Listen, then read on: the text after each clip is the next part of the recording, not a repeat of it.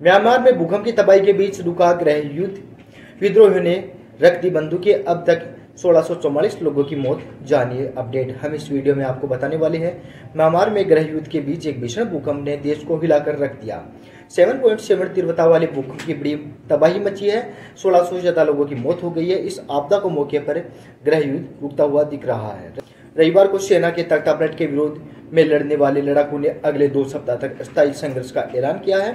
राहत और बचाव कार्यों को तेज करने के लिए यह कदम उठाया गया है।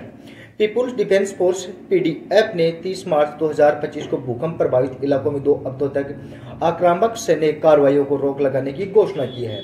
यह बयान शैडो नेशनल यूनिटी गवर्नमेंट एनयूजी की ओर आया है। हालांकि पीडीएफ ने साफ कहा गया है कि हमला होने की स्थिति में रक्षात्मक कार्यवाही की जाएगी। सोशल मीडिया पर एनयूजी ने एक बयान पोस्ट किया है। इसमें कहा गया है कि एनयूजी अपने नियंत्रण वाले क्षेत्रों में सुरक्षा, परिवहन और अस्थायी बचाव और चिकित्सा शिविरों की स्थापना सुनिश्चित करने के लिए संयुक्त राष्ट्र और गैर सरकारी संगठनों के साथ सहयोग करने की योजना बना रही है। म्यांमार में आए भूकंप के बाद मलबे से लगातार शव मिल रहे हैं। मरने वालों की संख्या अब बढ़कर 1644 हो गई है। सत्तारूढ़ सेना ने शनिवार को सरकारी टेलीविजन की एक पुष्टि हुई है। इसमें कुछ घंटे तक मृतकों की संख्या 1002 बताई गई है।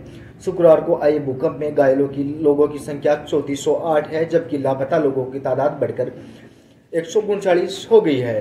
बर्मा के नाम से लोकप्रिय म्यांमार लंबे समय से चल रहे खूनी गृह युद्ध की चपेट में है और वहां पहले से एक बड़ा मानवीय संकट बन गया है। भूकंप का केंद्र म्यांमार के दूसरे सबसे बड़े शहर मांडोले से ज्यादा दूर नहीं था। भूकंप के कारण कई इलाके की इमारतें ढह गई और व्यापक क्षति हुई है। भूकंप शुक्रवार को दोपहर आया था, जिसका केंद्र म्यांमार के मांडले शहर से ज्यादा दूर नहीं था। इसके बाद कई झटके महसूस किए गए थे, जिनमें से एक ही तीव्रता 6.4 थी।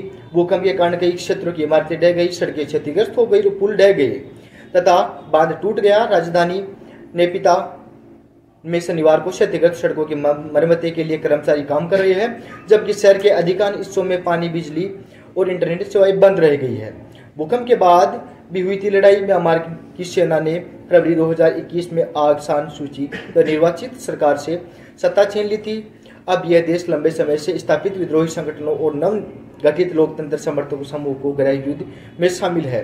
भूकंप के बाद भी सैन्य बलों ने विद्रोही संगठनों के खिलाफ देखे गए हैं। उत्तरी राज्य के काइन और दक्षिणी राज्य शान में 3 हवाई हमले किए गए थे। दोनों ही मांडले राज्य की सीमा के पास पर है।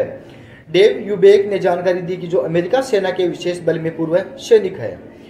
यूबेक ने प्री वर्मा रेजेंस नामक संगठन की स्थापना की थी, जो एक मानवीय सहायता संगठन है और 1990 के दशक में म्यांमार में लड़ाकों और नागरिकों दोनों को सहायता प्रदान करता है। म्यांमार की सरकार ने कहा कि भूकंप में सबसे ज्यादा प्रभावित क्षेत्रों में खून की मांग बहुत ज्यादा है। चीन की कहा कि उससे 135 से अधिक बचाव कर्मियों के विशेषज्ञों के अलावा मेडिकल किट और जनरेटर की जैसी सुविधा भी भेजी गई है।